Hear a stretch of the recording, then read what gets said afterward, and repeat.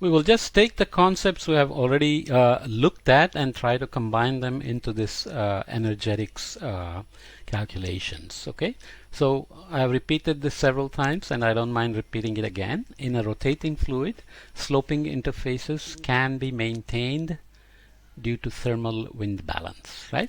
Sun's energy is coming in, OLR is going out, and there is a deficit energy at high latitudes and a excess energy in low latitudes, so we are creating these sloping surfaces. We had looked at the thermal balance, the relation between the horizontal temperature gradients and vertical shear in geostrophic balance, but obviously the real world is not completely in a geostrophic balance, we will see.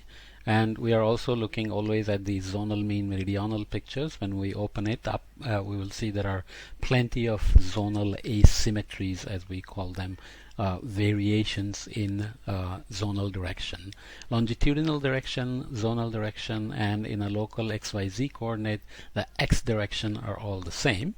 So when the derivative with respect to x is not 0, it's called an zonally asymmetric circulation or distribution. Okay, so as f increases in the lab experiment, we had created the equator to pole temperature gradient by putting an ice can in the middle and warmer waters outside, and we had increased the rotation rate of the tank, and we had created these nice exchanges from the outer edges to the inner edge and inner edge to the outer edge of these warm waters coming in, cold waters going out, and so on. And we called this our analog to the baroclinic eddies, baroclinic instability being released into eddies. Okay, these are those swirling features we saw in the animation of the transport of aerosols, for example. Okay, so we looked at the exchange, let's say, from warmer latitude to a colder latitude, and so you have to now start imagining sloping surfaces and horizontal motions. So there will be azimuthal flow, which is the longitudinal flow on the sphere, and then latitudinal flow is also in the z direction or the pressure direction. So the flows are happening kind of on those planes. Okay, so we said warm air is going up and towards cold latitudes, and cold air is coming down and towards lower latitudes. So we said cold front tends to be sharper and warm fronts tend to be smoother because of the way the cold air pushes into the warm air and forces it to rise on a smaller scale, whereas warm air rises on top of cold air, expands, releases energy, and keeps going to create a much larger scale of the warm front and smoother. Okay, so upward movement of light fluid and downward movement of heavy fluid has to take place at an angle that is steep, less steep than density surfaces, and it's called a wedge of instability. So basically this is how, so remember now we are in the azimuthal plane and latitudinal plane as well as with height. So this is where the zonal asymmetries come in. Okay, so we are not anymore longitudinally symmetric. Okay, flow is going to change from longitude to longitude. Okay, so this is an addition to the latitudinal variations we have been looking at. So energetics in a compressible atmosphere then has to also add internal energy. Why? Because even a adiabatic displacement of the air parcel is going to create compressibility effects, right? The fluid will do work against the atmosphere because when pressure changes, the parcel can expand or compress.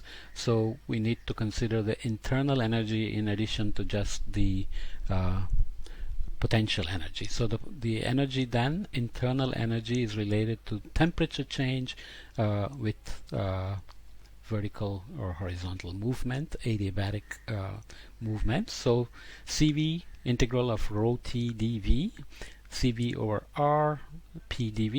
We used obviously the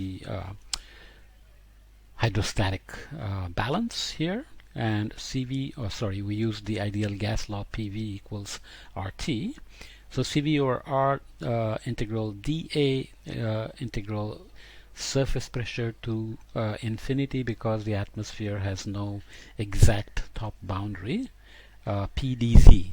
When you see PdZ, then you know your hydrostatic is coming soon enough, right? So you are taking a horizontal area and a height for the volume of the fluid. Okay, so 0 to infinity PdZ is, what did we do? We can easily set the surface pressure to 0 with no loss in generality, right? So Zp in 0 to infinity minus 0 to infinity dpdz zdz. So we just changed pdz to dpdz zdz.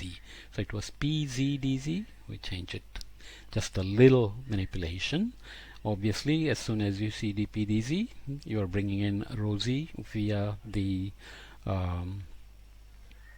hydrostatic balance, and the dpdz is minus rho g, so this is going to flip and become positive. So this term is just going to become g integral of rho z dz. So our internal energy then becomes CV over R g rho z rho dv, which can be added to the potential energy to create what is called total potential energy. Not a very precise term, but nonetheless we can use R over CV as kappa integral rho z dv, which is integral rho z dv is our mass times the center of mass, height of the center of mass. So you end up with g over k mass times the height of the center of mass. Okay, so that's the kappa that we used. Okay, and that's our m, that's our center of mass. Okay, that's the compressible fluid. Still looks fairly straightforward. All the trick is in trying to understand how the complicated exchange of fluids from colder latitudes to warmer latitudes and from warmer latitudes to polar latitudes happen, and how that creates a net energy transport. That's the key. Energy transport is very strongly constrained to be northward. We must move energy northward because we have excess energy in the low latitudes and deficit energy in high latitudes. And we are locking up potential energy, but energy cannot be moved unless you have motion. Kinetic energy is needed. So we are looking at how kinetic energy can be created by the release of available potential energy.